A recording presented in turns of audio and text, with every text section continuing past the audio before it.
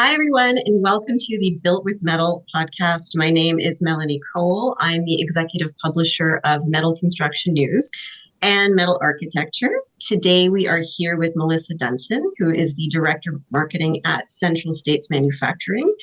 Thank you for being here on our inaugural podcast. Thank you so much for asking. We love Metal Construction News, and we love metal, and we love podcasts, so it works out. All of the above. We love it. As we were chatting a little bit before we got on, Melissa, I think the last time you and I saw each other, you were wearing your Panthers jersey. I was wearing my Maple Leafs jersey, and we were about to go into round 2 of the Cup playoffs.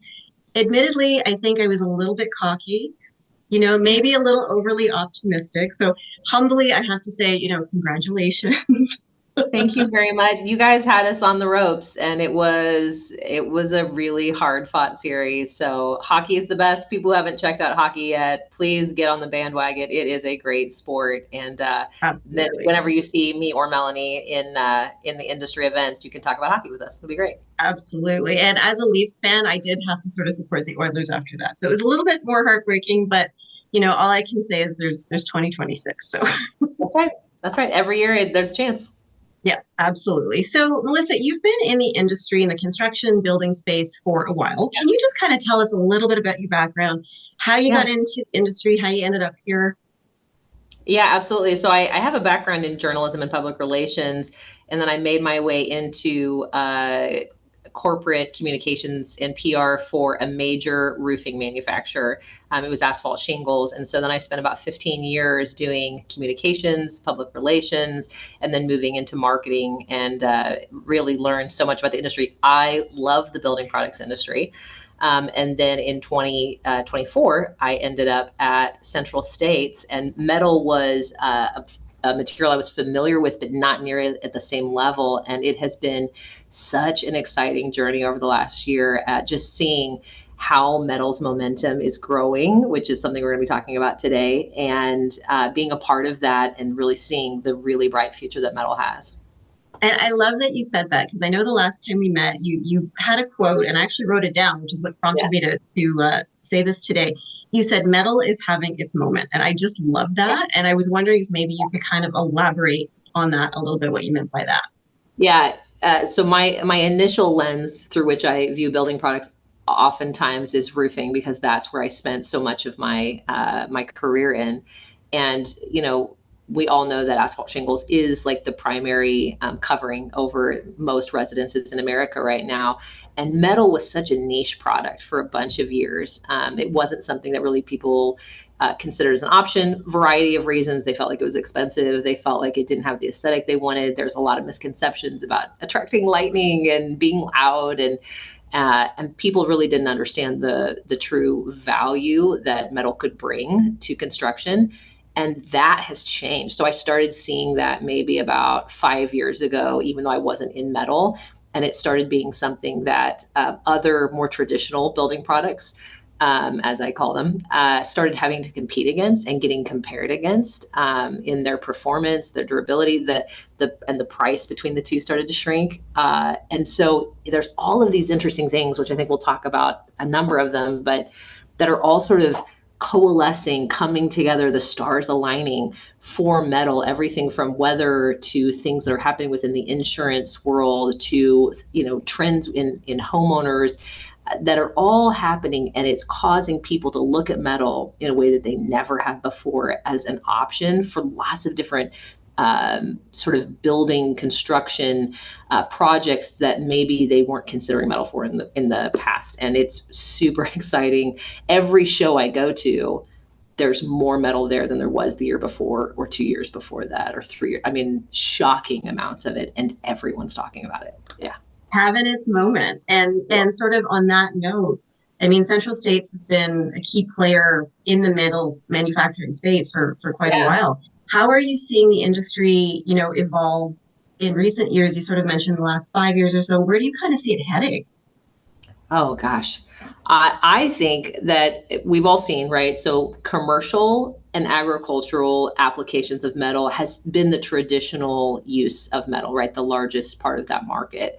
But when you talk to industry people and people doing research, everyone's saying the biggest opportunity for metal right now, whether that's roofing or siding or full building packages, is in the residential space. And that's what we see growing. It's not that commercial and agricultural, it's also expected to grow, right? They're going to continue to have that part of the market, but that this idea of residential, which did not look at metal as an option, is now exploding with metal, and people are asking for it. That's really what we're seeing is, and we all know, right? Residential construction has different needs, different aesthetics.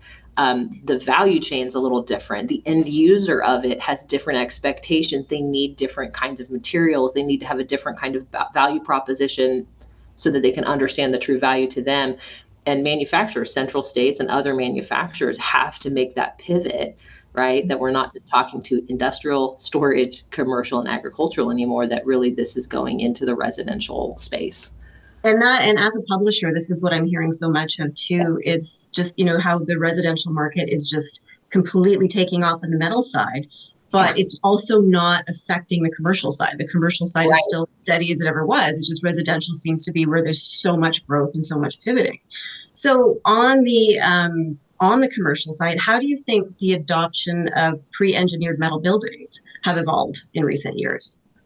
Yeah, I think when PMBs first came around, right, and this idea of building packages, they were simple, right? The structures were pretty simple. A lot of it was being done in like warehouses and people welding things together. The technology has come a long way. We're actually getting ready to open a state-of-the-art frame plant here in Northwest Arkansas later this summer, to supply frames for pre-engineered metal buildings, really value engineered with, robotics and automation and lasers.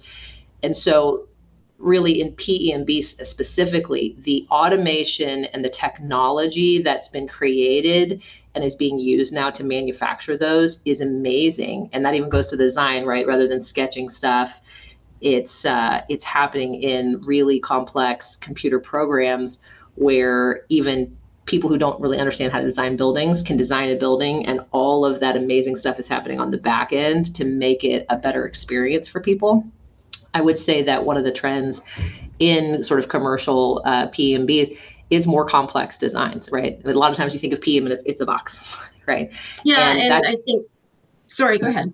Sorry, I was just saying that's changing. People, as they're looking for more interesting architecture, as they're interested in that, as more architects are looking at PMB as an option, the request for things that are visually appealing, that are unusual, those are becoming more and more common instead of just your warehouse manufacturing facility box, right? Well, and that kind of brings me to my next question too, because in terms of builds, PMBs, even on the residential side, the last year and a half, 2 years, everybody's been hammered with weather, right? And so it's been such a hot topic in terms of new builds, retrofits, everything that we're kind of talking about. We've seen everything from hurricanes to fires to earthquakes to hail. What role does metal construction play in disaster resistant building, especially in areas prone to these? Oh yeah. So yeah, I mean, that's such a huge, that's like the hot topic of the moment, right? Is how metal is potentially like the best option, right? Not just against one, but it's like also the best option for this and also the best option for this.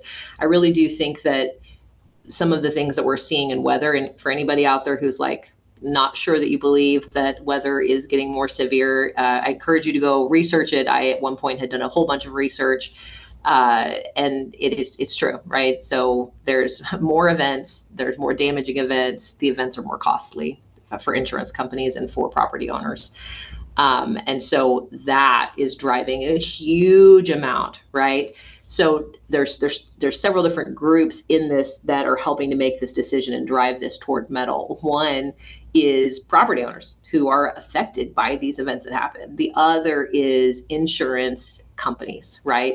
Who are the people actually many times having to pay for it. And both of those people are being affected by these weather events. And both of them are saying, hey, this is maybe in the beginning of the lifetime of it, a more expensive product. Maybe it's slightly more expensive material. Maybe the install is a little bit more expensive. But the long-term effect of it, they're actually saying, hey, that's actually a better choice for this type of resiliency. So, I mean, we know, FEMA recommending, the metal for fire-resistant materials. It's considered one of the top materials for being naturally fire-resistant. There's a reason that Texas and Florida metal roofing is so popular, because of the wind uplifts of it, because it's naturally, you don't have to do anything special to it. It's class 4 impact resistant.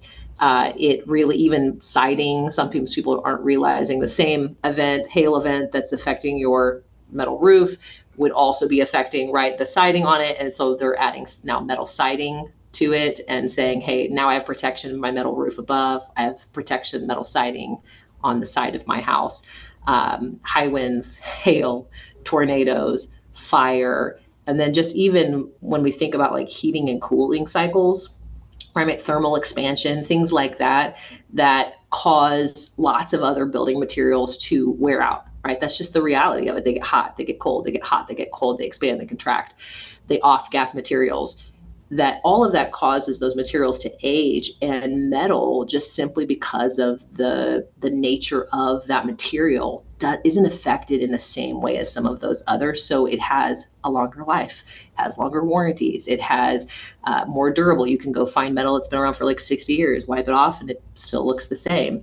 And because of all of that, people are saying, hey, I know it's been a niche product, but if we're interested in resiliency, which that's the magic word, right? It's resiliency.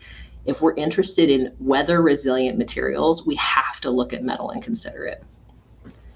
Yeah, and that's a great response. And, we're talking to people who are looking at designs in Southern California, and Yep. that rebuild, which, as we know, is going to take years and years and years. And metal seems to be the material that, I'm hearing builders look for more and more. So it's Yeah. kind of interesting to see where things are at now versus, 5, 10 years ago. Yeah, think about how many fire events, like wildfire events, we've had in the last several years. Right, I'm 41, like it's wild to see just even the last several years how many of them. And I was talking to an industry professional in the insurance space, and they said, listen, the things that have been happening with fires in the west part of the country is going to change forever, right? How people build in this part of the country. It just is. It's going to change it. And so, like you said, metal, it's not the only material, but it's one that lots of building codes, government groups, insurance companies, contractors and property owners are taking a really hard look at and going, I think this may be the best option. Yeah, absolutely. And on the insulation side, how are insulation and energy efficiency? How does that factor in to metal building systems?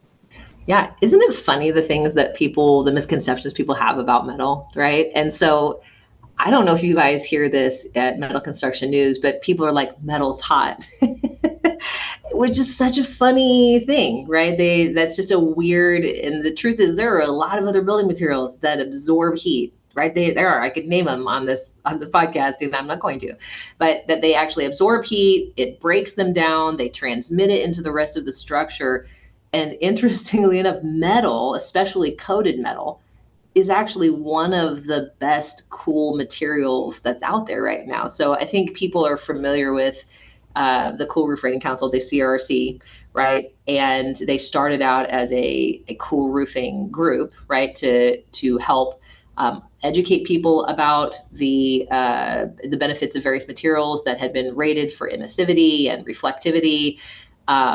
And they just recently also added on a cool walls section of their entire group, because it's not just roofing, right? It's actually walls.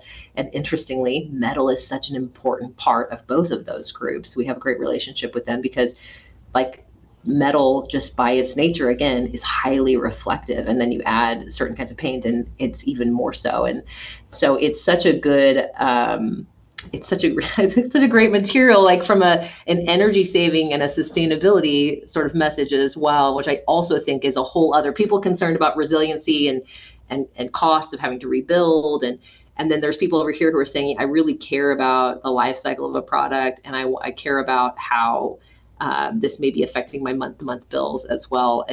Metal's a great option for both of those. It insulates. Yeah. Yeah. And then there's lots of great options. I mean, people retrofit over stuff, which provides, sometimes additional insulation. There's lots of options to like insulate either on a panel or underneath a panel. There's a lot of really good options, but just even the natural reflectivity of it doesn't suck it all in and transfer it. It's reflecting those rays back out. Right, which I think is a common misconception, right? Absolutely, it is. Yeah. And so as we were talking a little bit about rebuilding with metal, I mean, obviously there's a design element in that as well on the architectural side. So how do you think architectural design influence metal construction now? Like, where are we going with architectural design? Are we seeing more demand for aesthetics alongside function? I do. I will even say, like, some of the buildings that we've seen, maybe take like a multi-story storage building that, steel frame, some of the exterior is metal, the roof is metal. Architects goes back to our conversation about not just a box anymore. They're taking that and they're saying, yeah, but why can't we X? Right? Why can't we add this to it? Why can't we change the whole facade of this? Why can't we add this jutting out piece over here? And again, there's lots of times no particular structural reason for that. It's aesthetic, and it's something that people are saying, hey, I want something that's not only functional, which I think metal has fallen into that category a lot of times, as it's highly functional. And thank God for architects, right? Architects are helping to drive this, where they're saying, we don't just want something that's functional. It has to be functional. It has to be resilient. It has to be energy efficient. It has to be sustainable. But we also want it to be interesting and beautiful. And metal is such a great option for that. And architects, I think, are really driving some of that design. A lot of it's happening on the commercial side of that, with office buildings and factories. But then you're saying, residential, I do think we're seeing some of that as people are deciding to live in metal buildings, right? And they don't just want to live in something that looks like a barn. Some people do, but some people don't. And they're choosing really interesting aesthetic designs that are stretching people's minds and imaginations about what metal and metal structures can look like. Yeah, we're seeing some really cool things even on the metal architecture side. We're seeing public spaces with gazebos that are being built that are functional and beautiful, and just the way they're being built isn't traditional. And the only real way that, this design would even come to fruition is by using these, metal structures, which is really, really cool. So I'm starting to see quite a bit of that as well. And now a little bit more from Central States Manufacturing.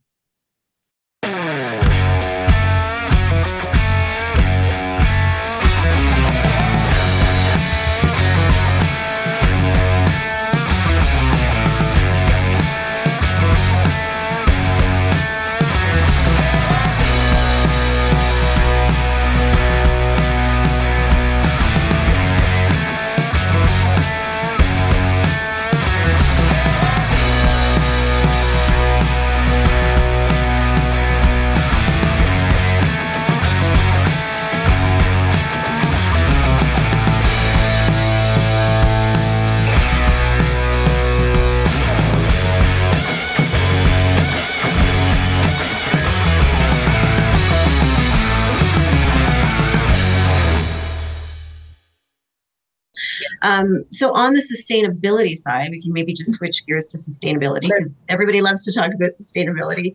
As we know, metal is often touted as a sustainable material.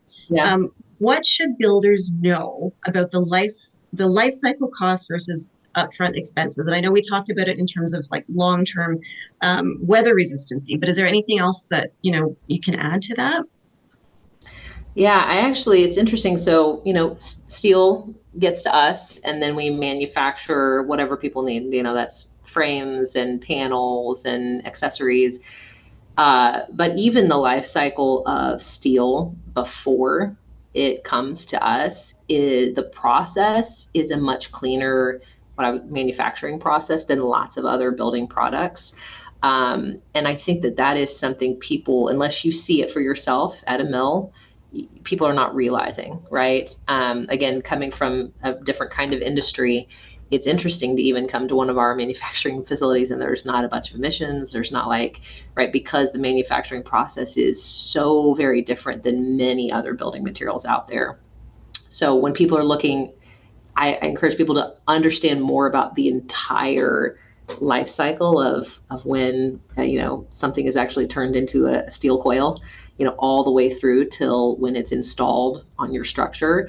That is really, again, compared to many other building materials, it's really a much cleaner process. The second thing I'll say is, if you want to talk about sustainability, there's almost nothing that's like more sustainable than steel when you realize that the vast majority of the steel that's ending up on structures came off of something else, right? It is being widely, and it's not just us, right? This industry, it is the amount of recycled steel. It's the vast majority of it, right? It's this recyclability of it. So, and when it comes to us and we manufacture and it goes up on a structure, then the next time, whenever that is, 6 years from now or whatever that is, when it comes back off, it will still be almost entirely recyclable again, and it will go back through the process again. And I do think builders, architects, and even homeowners, right, and property owners who that message matters to, that resonates. And I encourage architects and builders to make sure that they understand that process, because people who are concerned about longevity, our environment, that's a message that really can resonate with them and help them see the value of choosing metal. And so then what about codes and code requirements? I mean, are code requirements shifting in a way that's maybe promoting metal as a construction material? Yeah, I would say both codes and even like homeowner association requirements. That's another sort of like little side one that's not quite a code, but it's rules and regulations, right? That we're seeing a shift. You guys, I think the easiest one to see is like in Florida and in Texas, especially along in coastal areas where there are requirements that it is difficult for other building products sometimes to meet. But metal does it really, really well. It is just a natural choice for certain areas. And I would also say homeowner associations, traditionally, there are areas of the country where they may have required things like tile, things like a very, very heavy asphalt shingle, really, really heavy. And they haven't opened up the doors as a homeowners association and said, you can install anything you want. But when they've made an exception, they've made it for metal. Metal. And I've seen it now. There's a lot of associations that are now opening up and saying, okay, you can have, this is what you have to have, or you can install a metal roof. And people are doing it in droves, especially along coastal regions. So it's growing, definitely growing.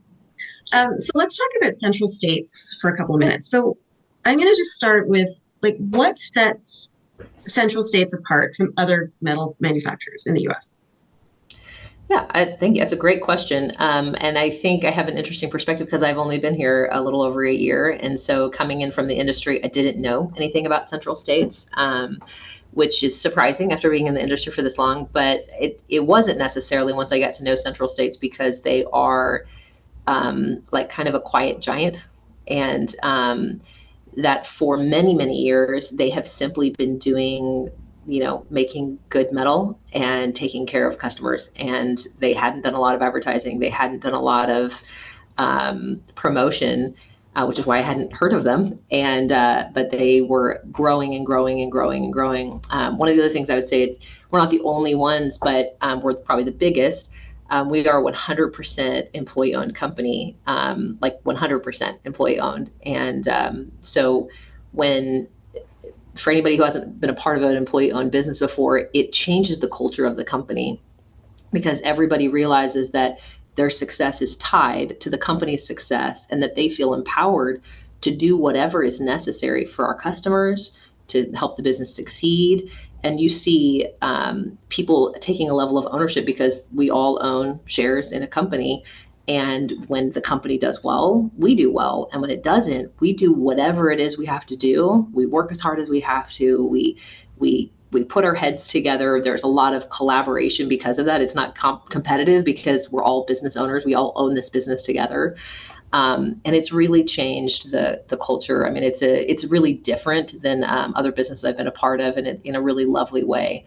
And then I would just say there's a lot of metal manufacturers, a lot of like smaller metal manufacturers, which, have a great place in the industry. But there is something really amazing about a company that's been around for 37 plus years and is right now the largest geographically, and being able to provide consistent supply across the entire nation. It's a really wide swath. We have 11 plants and are opening our 12th and 13th this year. Dedicated fleet of trucks, almost 1,400 employees. It's massive. And I think all those things kind of work together to make Central States, it's a different place. It's a special place. And we really love the industry, and we really love our customers. And Central States, they offer a wide range of metal roofing, siding products. What innovations do you think have the biggest impact on product performance, customer satisfaction? Any thoughts on that?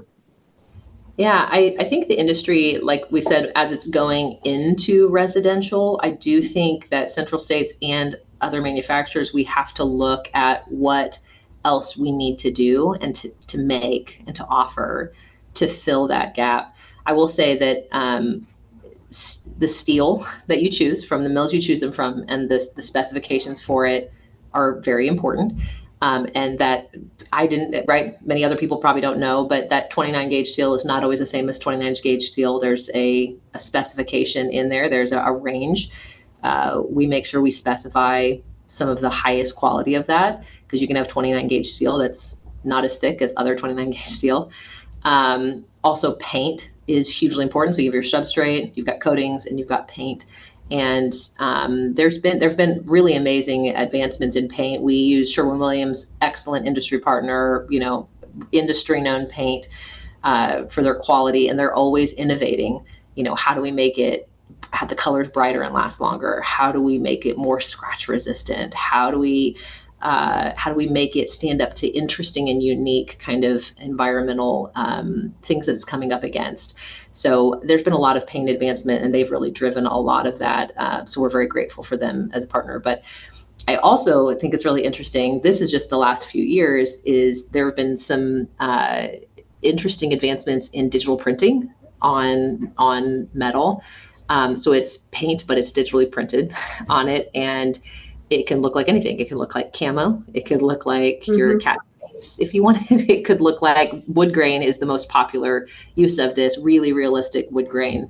And if it's very popular on products like we have a board and batten product, which people really like because it's a siding and it looks like beautiful hickory or oak on it. So that's been one of those advancements. But I do think the industry is going to have to continue to look at things like metal shingles, right? Which we see an increasing number of asphalt manufacturers who are either buying into that market or they are expanding and innovating their own products into that market. And then, of course, I think the other thing I would say is solar is something that as that continues to grow and the demand for that grows, metal is, what do they call it? The solar ready roof. That's what they call metal compared to many other roofing systems. And that in order to continue to push further into that residential market, that manufacturers are going to have to make sure that they're looking at that and saying, I have to have an answer that's something that's easy and simple to go along with solar. So lots of growth, lots of innovation. We're just about at our time, but if somebody wants to reach out and say, hey, I have a question about one of your products, should they visit your website? What's the best way to reach out? Absolutely. So I would go to centralstatesco.com, and you can go to contact us, and we will get you to the right people. We love answering questions, providing product knowledge, and we love our friends here at Metal Construction News. Thank you so much, Melanie, for having me on today. I've enjoyed the discussion. This has been great, and thank you so much. Again, it's our inaugural podcast, so I have to say this has been a great experience. We love having you on, love getting together with you. We'll have to talk hockey offline again at some point, I'm sure. Got it. together. Yep. Podcast will be available on the Metal Construction News website, metalconstructionnews.com. We are now celebrating our 45th anniversary this year. So congratulations. Thank you very much. And that was great. Thanks again. Awesome. Thank you.